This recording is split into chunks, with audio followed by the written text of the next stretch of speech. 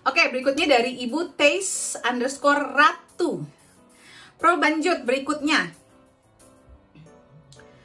Erisa Laila, apakah sakit gigi ada hubungannya dengan sistem pencernaan? Kayak yang di reels itu. Boleh. Oke, Ibu Romanita Diani. Ibu Romanita Diani. Protein yang harus dikonsumsi dalam persiapan menjelang program hamil apa aja? Ini aku gemes deh. Kan aku udah bikin micro habit. Aku udah bikin micro habit bulan lalu, bulan November tuh khusus untuk promil. Karena aku pernah berjuang. Bahan stainless steel 304 boleh dan aman nggak Bu? Boleh aja ya. Tapi aku ingetin, masukin garamnya belakangan aja Bu. Toh garamnya kan itu buat perasa aja ya, garamnya belakangan aja. Ya memang sih kita ngomongin soalnya ada ACV-nya. Sebenarnya bonbon tuh juga bisa dibikin tanpa.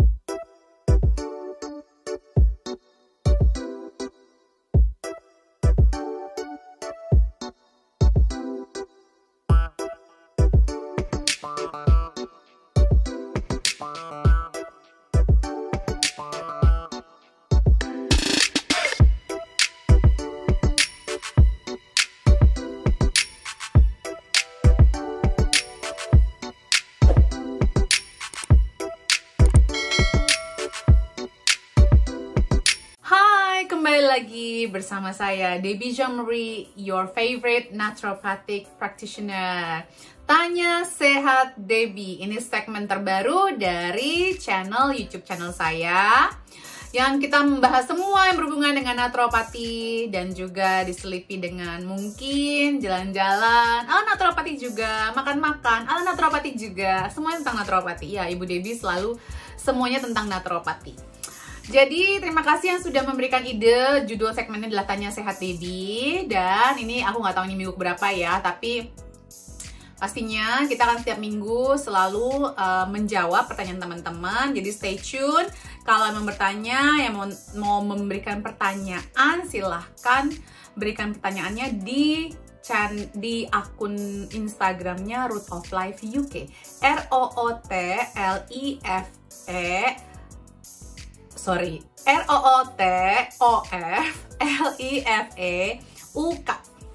Oke, kita lanjut aja yuk teman-teman ya. Nanti kalau ini bermanfaat silahkan di-share, komen, dan di like gitu ya.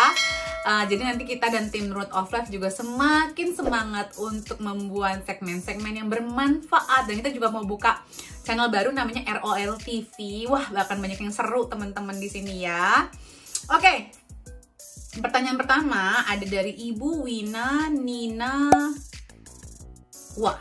Ibu Wina Ninawa. .tam. Budep, bagaimana bedakan sayuran yang harus dikukus dan tidak untuk smoothies? Waduh, ini pertanyaan yang masih aja bikin bingung masyarakat ternyata ya. Gini ya teman-teman ya, sebenarnya semua sayuran itu bisa di smoothies mentah. Oke, semuanya. Kalau sanggup, kalau pencernaannya bagus, semuanya boleh.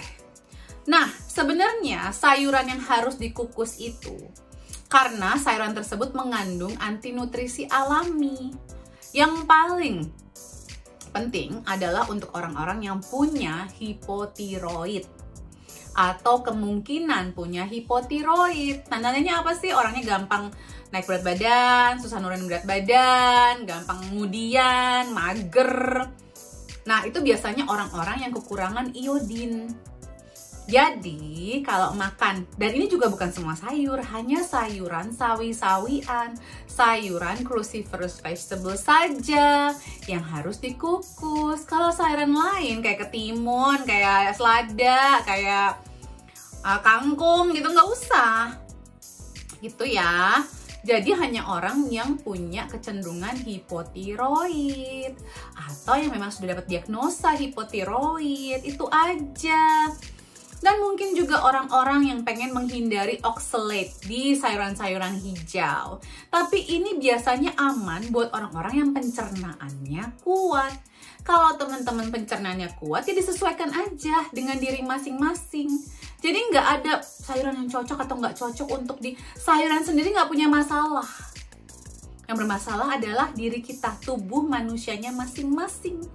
Yang bermasalah adalah kesehatan kita, yang bermasalah adalah pencernaan kita. Begitu teman-teman, paham ya? Aku pendekin, aku rubah dikit ya. Nah, udah paham ya? Biar nggak bingung-bingung terus gitu soal apa sih dimasak nggak dimasak, dikukus nggak dikukus gitu loh. Semua sayuran itu sebenarnya bagus untuk dimakan sementah mungkin. Semua sayuran. Tapi tubuh kita sendiri ini nih, kalau pencernaan nggak kuat ya nggak bisa makan yang mentah-mentah. Jadi mulai dari yang kukus dulu. Nanti lama-lama ujung-ujungnya akan ke mentah. Karena kita semua itu seharusnya makan yang mentah gitu ya teman-teman ya. Oke, lanjut berikutnya. Erisa Laila, apakah sakit gigi ada hubungannya dengan sistem pencernaan, Bu? Ada. Bisa banget berhubungan. Gimana caranya? Lah gini ya teman-teman. Mulut kita ini ibaratnya adalah pekarangan rumah kita. Perut kita ibaratnya adalah rumah kita. Isi dalam rumah kita. Ada rongga-rongga kayak rumah kita. Ada kamar-kamarnya. Ada ruang tamu, ada ruang tidur, ada lain-lain.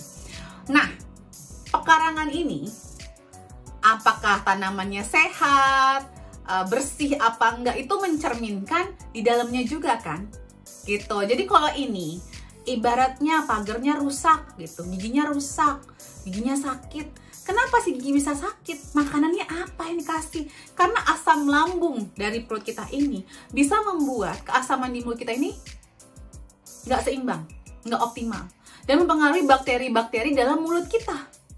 Nah ini yang menyebabkan banyak orang, kok ada orang yang punya sakit gigi, ada yang nggak punya sakit gigi. Ini saya terapkan ya di keluarga saya. Suami saya dulu sebelum ketemu saya, apalagi sebelum kita mengenal naturopati, dia tuh dulu punya masalah gum disease. Padahal ya makannya ya hitungannya sehat menurut dia tentunya ya, sehat tuh secara umum gitu.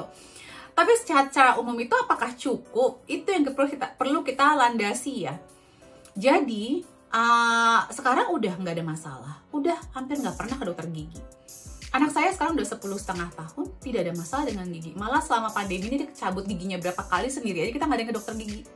Saya juga udah berapa tahun nih nggak check up ke dokter gigi karena pandemi, udah 2 tahun. Jadi baik-baik saja.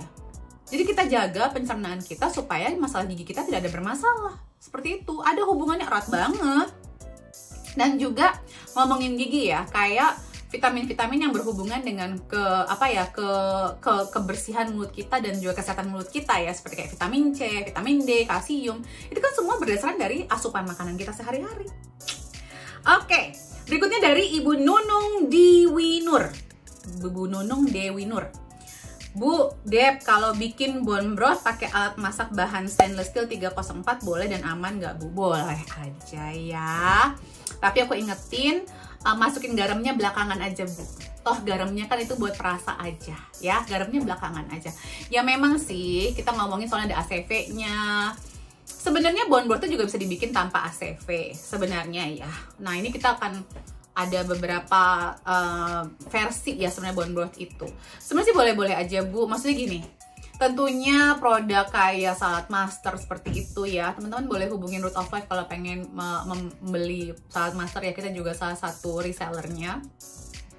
Tentunya kalau di Root of Life kita akan berikan juga kayak pendidikan tentang makanannya gitu ya. Nah sebenarnya gini juga nih, ya itu boleh aja nih, itu memang ya secara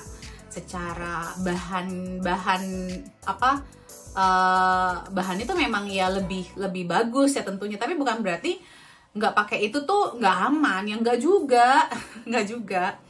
Oke, berikutnya dari Ibu Reno Bulah Zain. Bu Dep, bagaimana aturan konsumsi fish oil, vitamin D, dan zinc untuk penanganan rambut rontok? Oh, untuk penanganan rambut rontok. Vitamin D definitely harus dites dulu, karena orang yang kekurangan vitamin D itu salah satunya adalah pasti punya masalah rambut rontok, Nah, jadi pastikan dosisnya kadarnya bagus, lalu kita sesuaikan dengan dosis yang harus kita konsumsi supaya kita mendapatkan level vitamin D yang optimal. Lalu berikutnya, fish oil. Fish oil ini juga sangat penting untuk penanganan rambut rontok. Bisa dikonsumsi minimal sih ya, kalau aku bilang sih minimal 750 mg EPA-nya. Bisa didabelin teman-teman ya. Kalau untuk zinc teman-teman, kalau sudah kekurangan bisa dicek juga loh zinc loh teman, Ibu Reno ya. Bisa dicek itu kalau misalnya ada kekurangan, dosisnya itu harus 2-3 mg per kilogram berat badannya. Gitu ya. Oke, berikutnya dari Ibu Taste_Ratu. Probiotik merek apa untuk menunda menopause di usiaku 46? Apakah amankah diminum forever? Loh, gini ya, forever ini maksudnya kan bukan merek ya. I presume selama-lamanya maksudnya. Forever. Nah, gini. Probiotik itu bisa banget Bu, justru kalau kita semakin menua mungkin kita harus investasi juga di probiotik. Apalagi kalau Ibu belum pernah investasi di probiotik. Aku dulu pernah 3-5 tahun investasi di probiotik. Jadi sekarang aku minum kalau pasti dibutuhkan aja. Kayak kemarin nih, minggu lalu aku agak rundown ya, kayaknya aku terkena sesuatu. Nanti aku akan check and recheck apakah aku terkena itu. Nanti aku akan cek antibody aku untuk memastikan. Tapi yang pasti aku udah sembuh, dan itu aku beberapa hari aku minum si probiotiknya. Tapi aku udah nggak minum tiap hari lagi. Jadi boleh banget. Kalau merek apa Bu? Probiotik itu banyak banget ya. Yang bagus-bagus saya sebutin di sini ya. Jadi sekalian buat teman-teman yang selalu bertanya, Bu, tolong dong merek probiotik yang mana? Di DM di akun Instagram aku. Sekaligus aku jawab di sini aja. Garden of Life itu bagus, tapi ingat Garden of Life itu sangat natural. Jadi bahan-bahannya ada yang dari beras. Jadi kalau teman-teman punya masalah dengan beras, ya jangan konsumsi itu. Tapi bagus banget. Dia juga pilihannya banyak banget, ada yang buat perempuan, ada yang buat laki-laki, ada yang buat anak-anak, ada yang buat menopause, ada yang udah untuk orang-orang di atas 50 tahun, di atas 60 tahun, ada yang juga untuk mood ya, ada ashwagandanya di dalamnya. Jadi kalau buat orang-orang yang stres levelnya tinggi lumayan ya itu. Terus juga ada Now Foods, ada Biokult, ada Protexin. Kalau di Indonesia itu sama ya, produknya produk Biokult, tetapi beda mereknya, dibikin merek berbeda khusus untuk di Indonesia. Oke, terus juga ada Terra Nova, ada Optibac, ada Culturel, ada Life Space, itu yang banyak di Indonesia. Banyak sekali sebenarnya ya. Jadi kalau probiotik itu semakin banyak strainnya, semakin bagus, dan juga jumlah billionsnya. Kalau dewasa udah seumur ibu itu minimal 25 billion. Kalau mau di 50 billionin boleh. Kalau yang lagi sakit 100 billion boleh. Kayak yang di Reels itu boleh. Oke, Ibu Romanita Diani. Ibu Romanita Diani, protein yang harus dikonsumsi dalam persiapan menjelang program hamil apa aja? Ini aku gemes deh. Kan aku udah bikin micro habit. Bulan lalu, bulan November tuh khusus untuk promil. Karena aku pernah berjuang juga promil, jadi aku tahu rasanya. Jadi aku sudah membagikan informasi itu, tapi mesti tanyain juga. Oke deh, nggak apa-apa, aku jawab saja. Makanan tinggi zat besi ya, itu penting banget kalau buat kita yang lagi promil. Ibu deh ngomongnya agak ngegas dikit ya, habis tadi dibikin micro habitnya masih bertanya.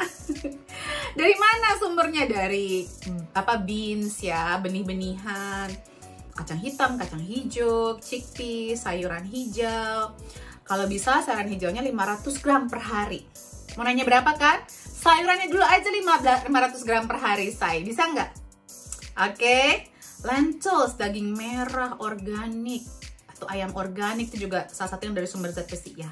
Biji-bijian juga. Terus makanan tinggi selenium, Brazil nuts, chia seeds, jamur, daging kambing, oat bran, sunflower seed. Ini makanya aku tuh mau ngedibang. Karena teman-teman itu selama ini kalau ngomongin protein tuh cuman kayak daging gitu. Kan nggak semua protein tuh harus dari daging. Justru gini, kalau lagi promil, kita harus memikirkan sumber mikronutrisinya yang dibutuhkan tubuh, bukan makronutrisi doang. Kalau ngomongin protein tuh makronutrisi.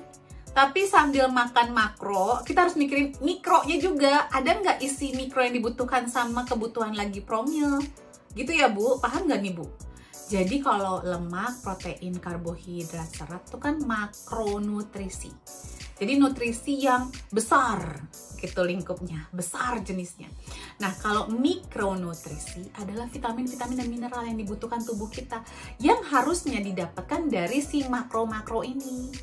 Paham ya? Sebisa mungkin sih bukan dari suplemen, tapi ya kalau memang dibutuhkan ya harus dari suplemen. Kalau emang yang makro-makro ini tuh cuman berasnya beras putih, kagak ada mikronya itu. Habis fortifikasi paling. Fortifikasi itu belum tentu diserap sama tubuh. Terus dagingnya daging ini ayam geprek atau fast food atau gitu deh yang olahan-olahan. Udah ya ada protein mungkin ya, cuman nggak ada mikronutrisinya. Gitu, lemak kan digoreng Bu, ada lemaknya. Itu mah lemak jahat, nggak terhitung, itu nggak bagus buat promil. Justru lemak sehat, ada alpukatnya nggak, ada VCO-nya nggak, ada EVO-nya nggak, gitu. Serat, sayurannya semana. Nah dalam sayuran ini banyak mikronutrisinya, gitu, ada zat besinya, ada zincnya, gitu-gitu ya. Oke.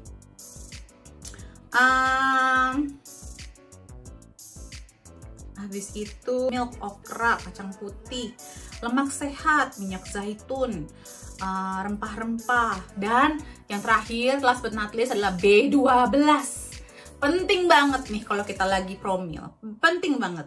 Ada di beans juga, again ya, ada di beans, ada di beans, ada di telur organik, ada asparagus. Sorry, ternyata kamera aku baterainya minta di charge. Oh my god, tengah-tengah lagi syuting lagi. Oke, kita lanjut teman-teman ya. Ini natural itu beda bikin video ini. Semoga jelas ya Ibu. Abis itu adalah Ibu Sylvia Supit. Bu, kalau PMS mau haid, biasa perut kembung, memang ada mah dan GERD, bisa minum Vitex atau apa? Ini maksudnya buat apanya? Buat kembungnya atau buat apanya nih? Bisa aja minum Vitex. Sebenarnya gini, PMS mau haid itu perutnya kembung, ya biasanya memang pH kita tuh karena ada perubahan hormon, pH asam lambung, pH lambung kita juga berubah. Nah ini kita harus netralkan. Aku pernah bahas deh soal pencernaan itu kapan ya. Pokoknya boleh nih teman-teman, pokoknya kalau udah punya PMS seminggu sebelum kita mens itu kita harus lebih sehat banget. Teman-teman lihat deh microhabit aku bulan Februari sama bulan Maret, rubah pola makan. Kalau minimal seminggu sebelum mens deh gitu, biar kita nggak menderita. Kita sendiri yang menderita, bukan orang lain ya. Jadi aku sih investasi di diri sendiri aja biar kita happy gitu kan. Jadi Vitex Berry boleh banget dikonsumsi teman. Itu Vitex Berry bukan spesifik buat si mah atau GERD-nya ya. Kalau ada mah GERD ya mah GERD-nya disembuhkan say. Ya nggak sih, kalau Vitex Berry itu untuk melancarkan menstruasi, meningkatkan fertilitas itu. Ya memang ada antioksidannya juga, tapi ya bukan untuk menyembuhkan GERD-nya atau mahnya. Oke. Udah mas, udah habis? Enggak kan ya, sebentar saya coba lihat. Oke, berapa kadar vitamin D harian jika tanpa jemur karena bekerja untuk penderita psoriasis? Terakhir cek vitamin D 28. Saya mau tanya, kapan terakhir ceknya? Kalau udah lebih dari 3 bulan cek ulang. Oke? Nah gini teman-teman ya, aku udah jelaskan berkali-kali nih soal vitamin D ini. Gini ya, ini mumpung masih dalam masa pandemi juga, aku pengen semua teman-teman sehat dan kita semua bisa bertemu setelah pandemi ini kelar dalam keadaan sehat walafiat dan lebih sehat lagi dari sebelum pandemi. Jadi, kalau teman-teman cek vitamin D level 30 sampai 100. Nah, kalau 30 aja saya pengen teman-teman minum itu 4.000 IU. Kalau pakai Nature's Answer, ini saya nggak di endorse ya teman-teman. Kalau pakai Nature's Answer, if you listen to me, please do endorse me because I increase your sales in Indonesia. Oke. Anyway, buat ROL teman-teman, biar kita bisa bangun rumah sehat secepatnya. Teman-teman kalau ada yang mau wakafin tanah buat ROL, biar kita bisa bangun rumah sehat secepatnya, dibuka ya, terbuka banget. Biar kita semua kalau ada yang mau belajar tentang kesehatan naturopati, mau berobat segala macam, ada tempatnya. Nah, anyway itu iklan sesaat dari Ibu Debbie. Nah, gini, kalau 30 aja saya maunya 4.000 ya, 4.000 IU setiap hari. Nggak boleh kosong selama 3 bulan. Ntar dicek ulang. Lalu kalau misalnya teman-teman di bawah 30 itu kan 30 sampai 0 ya, itu saya mau bagi 5. Jadi ada 6 bagian, 5. 6 bagian. Nah, nanti setiap bagian itu kita akan tambahkan 2.000 IU. Misalnya 30 ke 25 itu satu bagian kan ya, 25 ke 20 satu bagian lagi, 20 ke 15 satu bagian lagi, 15 ke 10 satu bagian lagi, 10 ke 5 satu bagian lagi, 5 ke 0 satu bagian lagi. Jadi setiap bagian-bagian ini kita tambahkan satu lagi. Satu berarti itu 2.000. Jadi kan kalau Nature's Answer itu 2 tetesnya adalah 4.000 IU. Jadi satu tetesnya adalah 2.000 IU. Oke? Jadi misalnya kalau ibu 28 berarti ibu yang 2 tetes atau 4.000 IU ditambah 1 tetes. Karena angka ibu antara 30 ke 25. Di 28 kan? Jadi 2 tambah 1, 3.000 kali 2.000 IU berarti 6.000 IU setiap hari selama 3 bulan, lalu tes ulang. Oke, berikutnya. Setelah hiking, naik gunung, jempol kaki kebas sudah sebulan, sudah konsumsi magnesium bagaimana? Nah, ini juga terjadi sama saya. Saya malah kuku saya copot, Bu. Kalau teman-teman ingat, tahun lalu waktu ulang tahun saya naik gunung. Entah kenapa kuku saya yang tengah, jadi kuku telunjuk kaki saya itu lebih panjang dibandingkan jempol. Jadi memang iya ya harusnya ya. Ya ngapa enggak sih? Jempol kaki saya aja. Jadi itu kayak sepatunya tuh kayak trauma ya ke sepatunya ya. Nah, dan kita banyak ada naik, ada turun gitu ya. Kalau kayak turunnya itu kayaknya yang berbahaya ya sebenarnya ya. Nah, bawaan saya juga dulu waktu itu banyak banget. Namanya juga ibu-ibu. Mikirnya perjalanan seharian ntar lapar, teraus gimana, kan nggak ada yang jualan mie-mian atau kok jadi merek ya. Nggak ada yang jual minum air kemasan gitu kalau di Inggris kan ya. Itu saya di Inggris. Nah, itu saya juga, dan jadi waktu itu habis selesai hiking menghitam, kalau saya menghitam, terus lama-kelamaan tuh copot si kukunya itu. Dan itu sakit ya, awalnya sakit banget, kayak disentuh tuh sakit banget. Tapi lama-lama dia setelah copot, dia muncul, aku gunting kuku, aku rapihin ya, aku angkat aja kukunya, dan itu keangkat tuh juga secara natural ya, nggak dipaksakan. Sekarang udah numbuh kuku baru, udah normal. Jadi apa yang kita harus lakukan kan berarti kan ada trauma. Saya sih bilang rajin-rajinin rendam dengan Epsom salt bath. Lalu bisa tambahkan dengan arnika, magnesium oke, gitu ya. Tapi ini mungkin diberikan aliran supaya lancar sirkulasi darahnya. Itu biasanya tuh berarti ada darahnya nggak mengalir di situ, teman-teman. Latihan pernafasan bagus juga, arnika homeopati, vitamin C, fish oil, itu bagus sekali untuk membantu penyembuhannya ya. Protein yang harus dikonsumsi dalam persiapan menjelang program hamil apa saja, Bu Debbie, dan dosis? Tadi udah saya jelaskan. Ya, sama nih pertanyaannya. Ya, sama banget. Jadi protein itu harus nabati juga, hewani juga. Berapa banyak? Teman-teman gini ya. Kalau ngomongin soal berapa, itu tergantung berat badan masing-masing. Tapi kalau aku dari sisi naturopati, mungkin kalau beratnya itu, aku akan lebih fokusnya ke berapa pemenuhan mikronutrisinya. B12-nya harus optimal. Jadi kalau misalnya kekurangan B12, kekurangan zat besi, itu yang kita kejar di situ. Cari bahan-bahan makanan yang memang sumbernya si zat besi sama si B12 itu. Dibandingkan berapa, nanti takutnya aku bilang, berapa sih 500 gram gitu ya. Terus nanti teman-teman ngerasa, oh udah cukupin kok masih kurang ya gitu. Kita harus tahu gimana caranya supaya meningkatkan penyerapannya dan menghalangi penyumbatan penyerapannya. Seperti itu teman-teman ya. Oke, itu semua sudah terjawab. Semoga bermanfaat jawaban-jawaban saya. Jangan lupa untuk di like, di komen, dan di share biar kita semakin semangat untuk menjawab pertanyaan lagi. Oke, take care teman-teman. Salam sehat selalu. Sampai jumpa.